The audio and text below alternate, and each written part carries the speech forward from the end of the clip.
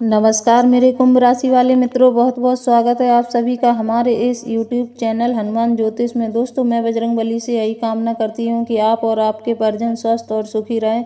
इसी कामना के साथ वीडियो में आगे बढ़ती हूँ। जय बजरंगबली। दोस्तों हमारा आज का टॉपिक पूजा घर से जुड़ा हुआ है। दोस्तों, आज हम आपको बताएंगे कि हमें अपने पूजा घर में किन 5 चीज़ों को नहीं रखना चाहिए, कौन सी 5 गलतियां नहीं करनी चाहिए। दोस्तों चलिए वीडियो में आगे बढ़ते हैं। वीडियो में अंत तक बने रहें, वीडियो को बीच में बिल्कुल ना छोड़ें, नहीं तो जरूरी जानकारी आपसे मिस हो जाएगी। दोस्तों तो चलिए वीडियो को शुरू करते हैं। जय बजरंगबली। दोस्तों, कई लोग अपने पूजा घर में ऐसी गलतियां करते हैं जो वास्तु के अनुसार भी गलत है। तो दोस्तों, आज मैं आपको उन्हीं गलतियों के बारे में बताएंगे और आज का टॉपिक हमारा है पूजा घर से जुड़ी हुई गलतियों के बारे में कि हमें अपने पूजा घर में कौन सी चीज़ें नहीं रखनी चाहिए और कौन सी चीज़ें रखनी चाहिए। तो दोस्तों चलिए वीडियो को शुरू करते हैं। नंबर 1 दोस्तों, अगर आपके पूजा घर में भगवान के कपड़े व आसन फट गए हैं या बहुत ही ज़्यादा पुराने हैं तो हमें उन्हें अपने पूजा घर से हटा देना चाहिए। नए वस्त्र और नया आसन लाकर पूजा घर में भगवान को समर्पित करें। दोस्तों, क्या आपको पता है कि पूजा घर में भगवान के फटे हुए वस्त्र और फटा हुआ आसन रखने से घर में भयंकर कंगाली आती है, कलह कलेश का माहौल बना ही रहता है। तो दोस्तों, हमें ऐसी गलती नहीं करनी है। यदि भगवान के आसन वह उनके वस्त्र फट गए हैं तो हमें पूजा घर से तुरंत हटा देना चाहिए। उन वस्त्रों को हमें किसी नदी में बहते हुए जल में प्रवाहित कर देना चाहिए। नंबर 2 दोस्तों, हमें अपने पूजा घर में कभी भी कोई भारी भरकम सामान नहीं रखना चाहिए।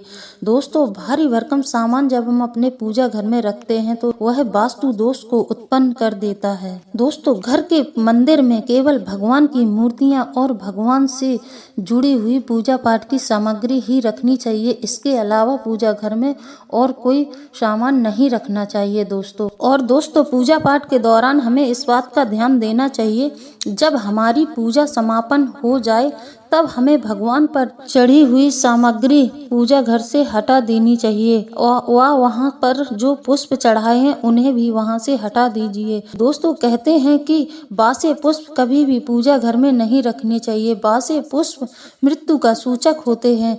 बासे पुष्प जो जिसके पूजा घर में रखे रहते हैं उस घर में अक्सर अकाल मृत्यु हुआ करती है। दोस्तों, तो हमें ऐसी गलती बिल्कुल नहीं करनी है। नंबर 3 दोस्तों, कभी भी जले हुए दीपक में दूसरी बाती न जलाएं। दोस्तों, कई लोगों की आदत होती है कि सुबह पूजा पाठ की जो दीपक सुबह जलाया है उसी दीपक में शाम को बाती को जला देते हैं। दोस्तों, हमें ऐसी गलती बिल्कुल नहीं करनी है।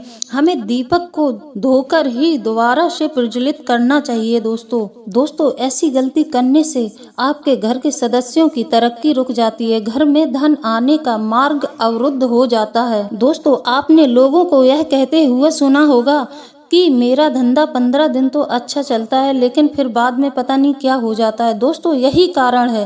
दोस्तों, कहते हैं जले हुए दीपक में दोबारा से दीपक करने से घर की लक्ष्मी 15 दिन के लिए छीड़ हो जाती है। कम से कम 15 दिन तक आपके घर में धन का कोई आगमन नहीं होगा। तो दोस्तों, हमें ऐसी गलती बिल्कुल नहीं करनी चाहिए। दोस्तों, जब एक दिन की गई गलती का प्रभाव 15 दिन तक रहता है तो समझ लो जब हम यह गलती रोज रोज करते हैं तो हमारे जीवन में क्या प्रभाव पड़ेगा, हमारे जीवन में कितनी रुकावटें खड़ी होंगी। दोस्तों, कभी भी हमें एक दीपक से दूसरा दीपक नहीं जलाना चाहिए। एक दीपक से दूसरा दीपक अगर हम प्रज्वलित करते हैं तो हमारे घर में कंगाली और रोग बीमारी परेशानियां आती हैं और कर्ज बढ़ता है। तो दोस्तों, ध्यान रखना, कभी भी एक दीपक से दूसरा दीपक प्रज्वलित न करें। दोस्तों, ऐसी गलती बिल्कुल न करें, मेरी आपसे हाथ जोड़कर प्रार्थना है।